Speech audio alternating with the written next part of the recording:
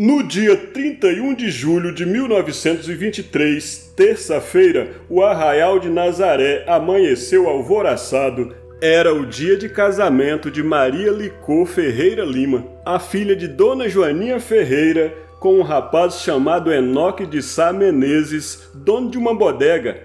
Havia um motivo especial para o alvoroço. Dizia-se que Lampião viria assistir ao casamento da prima. E ainda mais, que eles teriam sido namorados na infância, e que Virgulino ainda mantinha uma paixão por ela.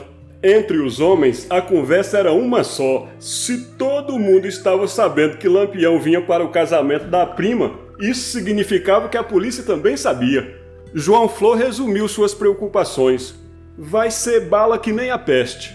Seus filhos Odilon Flor e Euclides não davam palpite, apenas escutavam. As comadres, ocupadas com os preparativos da festa e com a vida alheia, não paravam a língua. E a vida alheia levava vantagem, porque, no fim das contas, a melhor coisa do mundo é um fuxico bem contado. Da parte das moças, falava-se da beleza do vestido de licor, do baile que haveria à noite. Tagarelavam. Espie só, você sabe que até Lampião vem pra festa? Tomara que venha. Tem cada menino. Os mais bonitos é Juriti e Antônio Rosa. Destá, o mais bonito é Lampião, minha filha. E eu não vejo a hora dele chegar. Raimundo Nogueira, o famoso Raimundo do Pico, sentado num tamborete na calçada de sua casa, tocava Mulher Rendeira em sua sanfona de 8 baixos, rodeado de admiradores. Aí, Raimundo! Aplaudiram os ouvintes quando ele terminou. Gosto muito dessa moda, disse o sanfoneiro. Foi Lampião que fez os versos e a música, se lembrando da avó dele, Dona Jacosa, que criou ele e a rendeira. Todos estavam ansiosos pela chegada do padre, pois sem o padre não haveria casamento. O casamento seria realizado à tarde. À noite haveria um baile. No dia seguinte, logo cedo antes da feira, seria celebrada a missa. Antes do padre, quem chegou foi Lampião e seus irmãos Antônio e Livino, ao sol faiscante do meio-dia, acompanhados de outros cangaceiros, uns 15 mais ou menos. Tinham passado pelo Poço do Negro para ver Dona Jacosa, e lá se limparam, trocaram de roupa, passaram brilhantina nos cabelos, ansiosos pela festa. Lampião vinha na frente, rapagão garboso, 25 anos de idade completados no mês anterior. Um cangaceiro havia ficado de vigia perto do riacho no caminho de floresta e outro foi postar-se no outro lado da rua, na estrada que vinha de Vila Bela. Lampião e os irmãos foram direto para a casa de Dona Joaninha Ferreira. Os demais ficaram debaixo de uma quixabeira em frente à casa de Dona Florisbela, da Fazenda Olhões, e logo foram beber cachaça nas bodegas. Alguns moradores começaram a se sentir incomodados. As pazes entre os Ferreiras e os nazarenos, feitas por Sr. Pereira, eram um gesto apenas formal. Não dava para acreditar que aquela amizade tinha sido refeita assim de uma hora para outra. Cada lado olhava o outro com desconfiança, resmungando.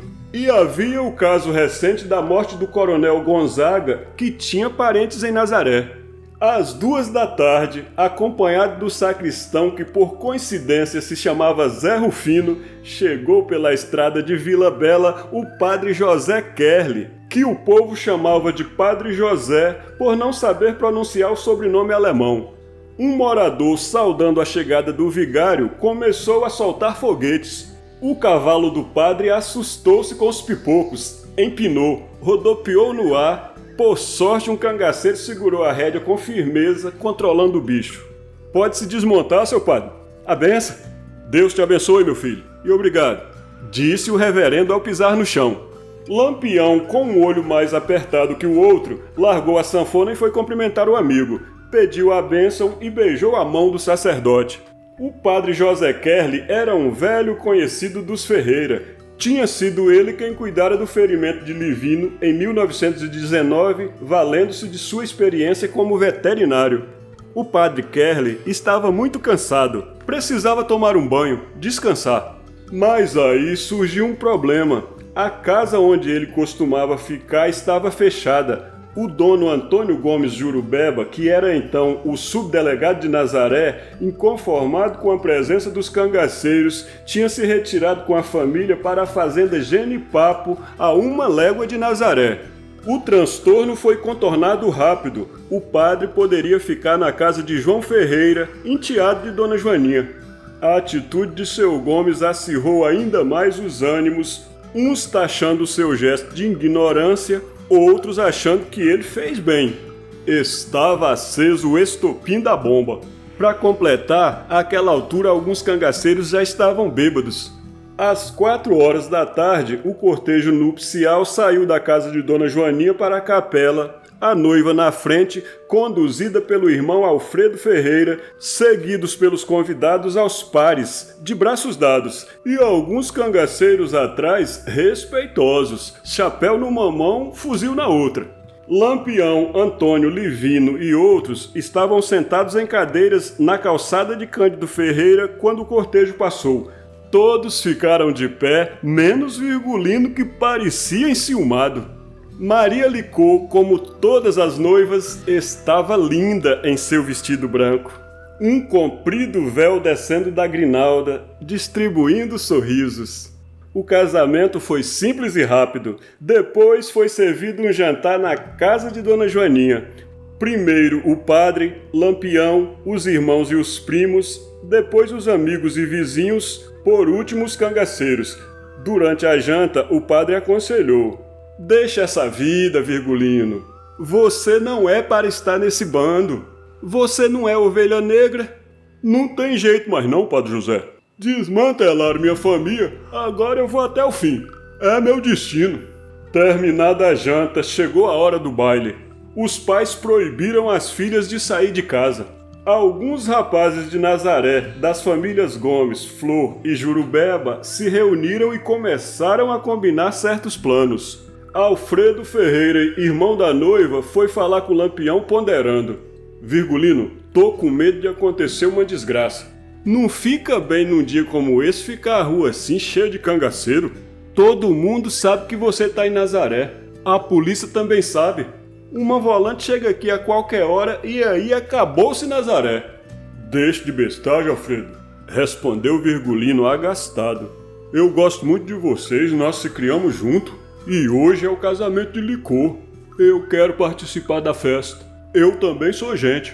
Chegam então Cândido Ferreira e o padre Kerli e fazem as mesmas ponderações. Em respeito ao padre, Lampião concordou: Tá bem. Eu vou pro Poço do Negro. Mas tem uma coisa, já que eu não tenho direito de ir pro baile, também ninguém tem." Dito isto, passou pela casa de Raimundo do Pico, pegou a sanfona dele e levou-a. "Seu Raimundo, amanhã eu devolvo sua harmônica." No Poço do Negro não havia onde dormir tanto homem e Virgulino não queria incomodar a avó quase aos 80 anos de idade. Foi improvisado um baile na casa de Chico Eusébio, do outro lado do riacho, onde Livino, ferido, se refugiara em 1919. Lampião mandou convidar umas cabrochas da vizinhança. Além de Lampião, um dos cabras sabia tocar o fole. Por volta da meia-noite, Lampião e os irmãos foram arranjar-se na fazenda do velho Antônio do Campo Alegre, Antônio Jurubeba Gomes. Os cangaceiros passaram a noite jogando baralho, cantando e dançando chachado. Dança de cabra macho. A missa no dia seguinte, 1º de agosto de 1923, foi cedo, às 7 horas antes da feira. Os moradores pensavam que os cangaceiros tivessem ido embora. Porém, na hora da missa, Lampião entrou na capela de Nossa Senhora da Saúde, sem armas, pelo menos visíveis, chapéu na mão. Os cabras ficaram lá fora. Houve um reboliço na capela.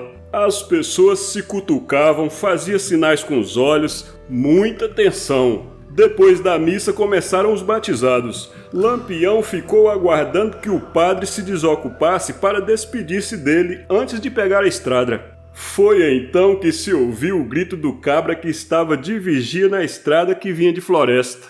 "Lá vem macaco! É a volante de senhorzinho Alencar!" Lampião soprou o apito, chamando seu pessoal, e aí estourou a confusão. Feireiros e feirantes largaram as mercadorias, esbandalhando-se em todas as direções, saltando por cima das bancas, atropelando-se uns aos outros. Uns corriam para o mato, outros fechavam-se em suas casas. Antônio Ferreira estava na barbearia de Manuel Flor cortando o cabelo, deixou o corte no meio, correu-se para juntar aos outros que já cavavam buracos nas paredes das casas, onde enfiavam os canos dos rifles prontos para atirar. Ele escolheu como trincheira a casa de Gomes Jurubeba, aplicou o coice de rifle na porta escancarando-a e meteu-se lá dentro. Nem precisou abrir furos nas paredes, pois a casa já havia sido construída com torneiras por todos os lados. Livino, que não sabia o que era medo, entrincheirou-se com um grupo na casa de Dona Anísia da Ipueira, bem na linha de fogo. Lampião zombeteiro atirava com seu rifle cantando, num compasso assustador. Os cabras continuaram cada um em seu posto do combate. E então os primeiros tiros pipocaram do lado do Riacho Grande. Na noite anterior, alguns moradores haviam planejado colocar o Mantucaia na estrada para esperar os cangaceiros quando eles saíssem de Nazaré, supondo que retornariam para a região do navio. Gomes Jurubeba tinha vindo da fazenda Genipapo com alguns homens e muitas armas. Ele e João Flor, com os homens trazidos do Genipapo e vários rapazes da família, entre os quais Euclides, Pedro Gomes e Davi Jurubeba, dormiram no mato e de manhã foram postar-se de tocaia na estrada depois do Poço do Negro. Notaram que havia uma porção de rastros em direção a Nazaré, mas não imaginaram que os rastros fossem de uma volante. Só compreenderam isso quando escutaram tiros para os lados do arraial. Correram para lá a fim de juntar-se à polícia. Porém, por falta de comunicação, os soldados, sem saber quem eram aqueles homens que estavam vindo pela sua retaguarda, abriram fogo contra eles, não havendo, por sorte, nenhuma consequência grave. O coitado do padre tentava acalmar as pessoas, chamando-as para dentro da capela. Fechou as portas e mandou que todo mundo se deitasse no chão, enquanto ele próprio, amparado na parede entre as duas portas da entrada, rezava. O sacristão Zé Rufino fugiu montado num cavalo em pelo, numa disparada só, indo esbarrar 5 léguas acima, na fazenda São Miguel. Lampião abriu um buraco na parede da casa do primo Cândido Ferreira, que Lampião chamava de tio por Cândido ser mais velho, estabelecendo uma passagem para a casa de Dona Joaninha a fim de facilitar a movimentação dos cabras. Cândido e João Ferreira diziam: "Virgulino, vai-se embora, homem, senão vai morrer todo mundo." Lampião nem dava ouvidos. Cândido, debaixo de todo o tiroteio, foi chamar o padre, pois sabia que a este Virgulino atenderia. "Seus primos têm razão, Virgulino", disse o padre. "Se você não sair, vai acontecer uma desgraça aqui." "Já que o senhor pede, padre José, eu vou-se embora", respondeu o cangaceiro. "Reze por eu. Tia Nanã, adeus." Nanã era o apelido de família de Dona Joaninha. "Adeus pra vocês todos." Nunca mais Lampião voltaria a Nazaré. Antes de se retirar, gritou para ser ouvido por todos, inclusive pelo chefe da volante: "Senhorzinho macaco, filho de uma égua, e vocês aí, cambada de covarde, vou sair, não por medo, mas atendendo o pedido do meu amigo Padre José e de meu tio Cândido. Agora, vem atrás de nós." Soprou o apito e deu uns tiros com o parabelo, dando o sinal combinado para a retirada, e logo os cangaceiros estavam todos reunidos na casa de João Ferreira, de onde saíram correndo pelo lado norte do povoado.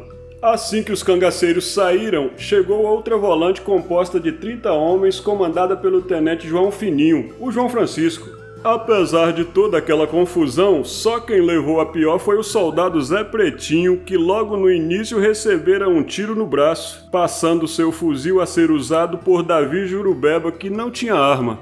Os homens da lei chegaram com o demônio no corpo. A ira maior, naturalmente, era contra a família Ferreira. Partiram para as casas de João, de Cândido e de Dona Joaninha, atirando nas paredes, portas e janelas, gritando palavrões com ameaças de gritos, choros, uma coisa indescritível. Só não foi pior porque o padre Kerli tomou a frente da soldadesca, repreendendo asperamente o sargento Senhorzinho. "Sargento, o senhor não tá vendo isso? Comporte-se como autoridade, homem. É por isso que essa gente humilde tem mais respeito aos cangaceiros do que a polícia.